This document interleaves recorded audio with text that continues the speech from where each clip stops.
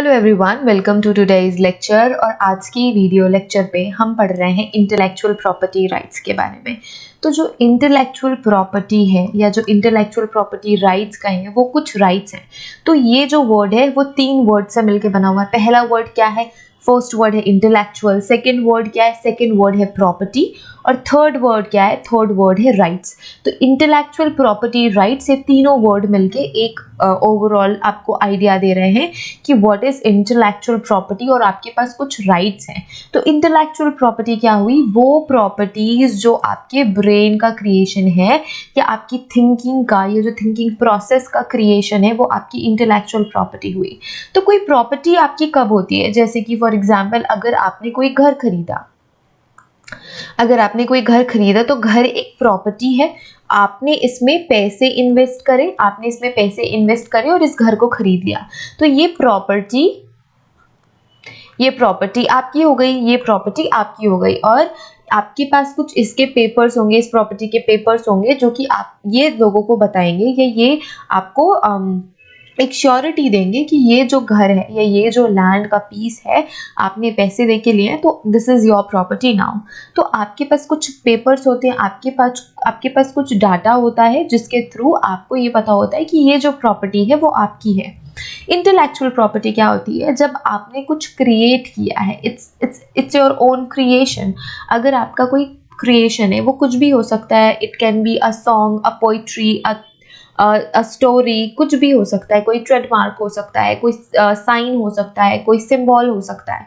तो जब भी ये इंटेलेक्चुअल चीज़ें आपने क्रिएट करी हुई है तो वो आपकी प्रॉपर्टी कहलाएगी।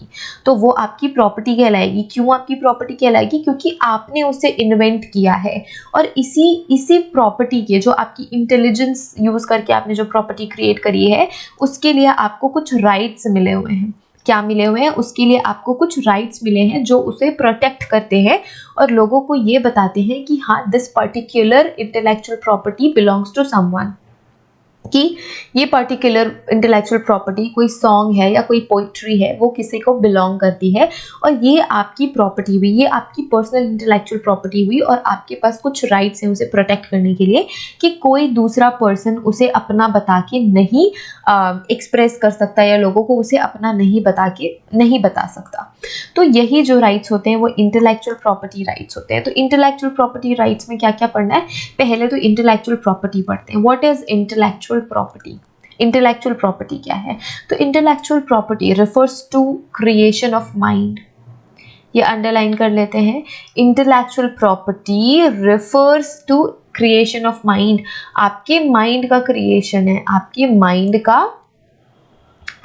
है, तो आपके माइंड ने कुछ भी क्रिएट किया है तो वो आपकी इंटेलेक्चुअल प्रॉपर्टी हुई। That is invention. कोई इन्वेंशंस हो सकते हैं। इंडस्ट्रियल डिजाइन फॉर आर्टिकल, किसी आर्टिकल के लिए कोई इंडस्ट्रियल डिजाइन हो सकता है।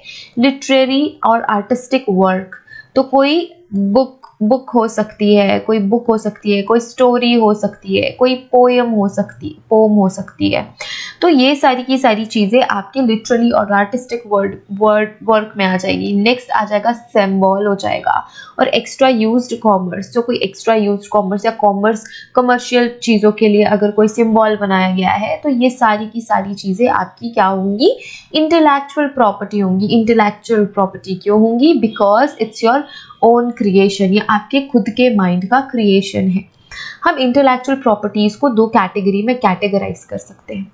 इंटेलेक्चुअल प्रॉपर्टी को 2 कैटेगरी में कैटेगराइज कर सकते हैं। पहला तो हो गया इंडस्ट्रियल कैटेगरी हो सकती है, जिसमें ट्रेडमार्क होते हैं, पेटेंट्स होते हैं। नेक्स्ट हो जाता है कॉपीराइट। तो ये आर्टिस्टिक वर्ड या literary word, artistic work means song हो गया, कोई पेंटिंग हो गई, तो ये आर्टिस्टिक वर्क के अंदर आ जाएगा। लिटरेरी वर्क में आ जाएगा पोम, स्टोरी, कोई भी रिटन वर्क या कोई भी वर्क जो लिटरेसी से रिलेटेड है,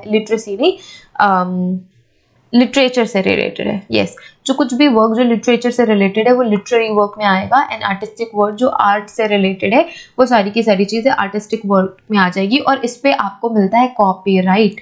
क्या मिलता है, कॉपीराइट, की इसका हक आपके पास ही है। जैसे कि मैंने ये वीडियो बनाई, मैं ये इंटेलेक्चुअल प्रॉपर्टी पे वीडियो बना रही हूँ, तो इस वीडियो की ओनर कौन है, मैं हूँ।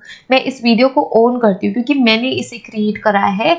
मैंने अपने क्रिएशन, अपने माइंड की क्रिएशन और थॉट से, और जो भी मेरी पर्सनल क्रिएटिव चीज़ें हैं उसको मैंने इसमें ऐड करके इसे मैंने अपनी खुद की प्रॉपर्टी बनाई है। This is my property. अगर कोई और पर्सन इस वीडियो को किसी भी अदर पोर्टल पे डालता है या लिखता है और अपना बताता है, तो ये इलीगल होगा, ये इलीगल होगा बिकॉज ये मुझे कॉपीराइट मिला हुआ है, इसका कॉपीराइट मेरे पास है, बिकॉज मैंने इसे अपनी खुद की क्रिएशन, अपने खुद के माइंड के थॉट से इसे क्रिएट किया है।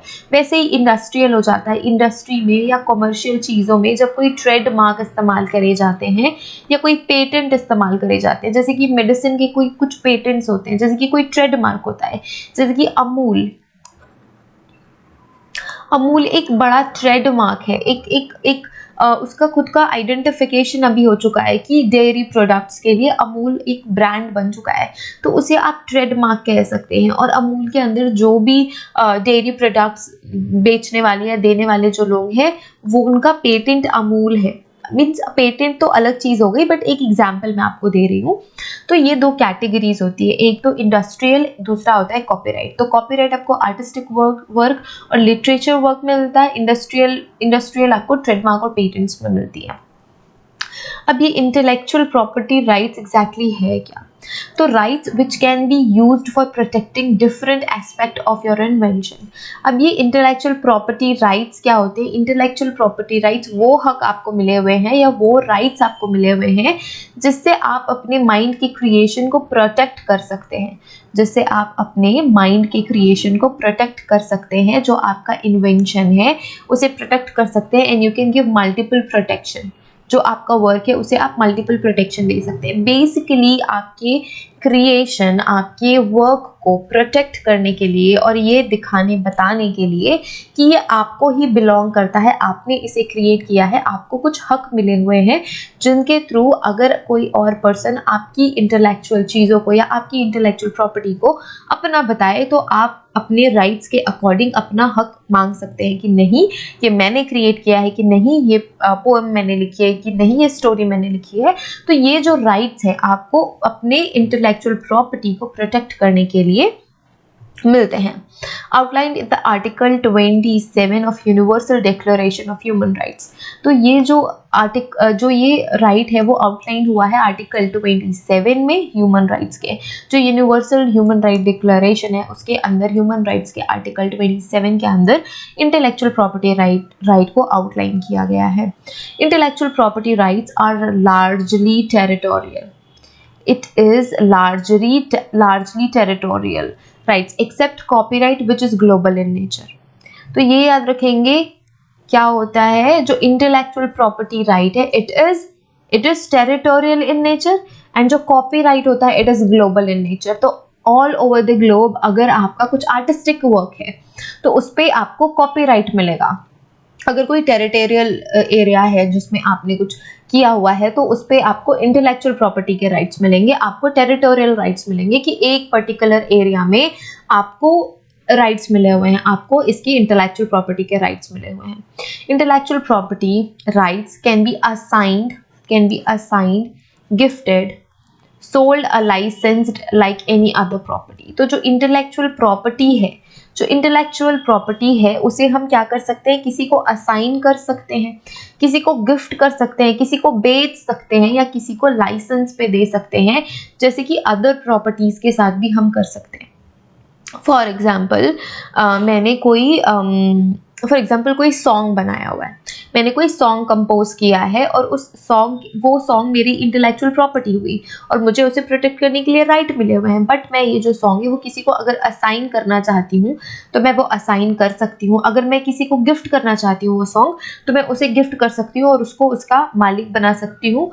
इसके अलावा मैं उसे बेच भी सकती हूँ। अगर किसी को वो सॉन्ग इतना ज़्यादा पसंद आता है कि वो मुझसे वो सॉन्ग खरीदना चाहते हैं तो मैं उसे बेच भी सकती हूँ। इसके अलावा मैं किसी को लाइसेंस पे भी दे सकती हूँ। तो जैसे अदर प्रॉपर्टीज़ को हम असाइन कर सकते हैं, गिफ्ट कर सकते हैं, बेच सकते हैं, लाइसेंस पे दे सकते हैं, रेंट पे दे सकते हैं, तो वैसे ही इंटेलेक्चुअल प्रॉपर्टी को भी आप ये सारी चीज़ों में आप इसे परफॉर्म कर सकते हैं, असाइन कर सकते हैं, गिफ्ट, सोल्ड, लाइसेंस कर सकते हैं इंटेलेक्चुअल प्रॉपर्टी को भी। Intellectual property rights as a collective term, it includes the following independent intellectual property rights। तो ये कुछ independent intellectual property rights होते हैं। कौन कौन से? तो पहला हो गया पेटेंट। तो पेटेंट आपका एक intellectual property right है। दूसरा हो गया कॉपीराइट। तो कॉपीराइट भी आपका एक तरीके का इंटेलेक्चुअल प्रॉपर्टी राइट होता है। थर्ड हो गया ट्रेडमार्क। अगर ट्रेडमार्क आपने बनाया हुआ है तो ट्रेडमार्क भी आपका एक इंटेलेक्चुअल प्रॉपर्टी राइट होता है। फोर्थ क्या हुआ? Registered industrial design. Industrial design, अगर कोई रजिस्टर किया हुआ इंडस्ट्रियल डिजाइन है तो उस डिजाइन को सिर्फ और सिर्फ वही इंडस्ट्री ही यूज करेगी।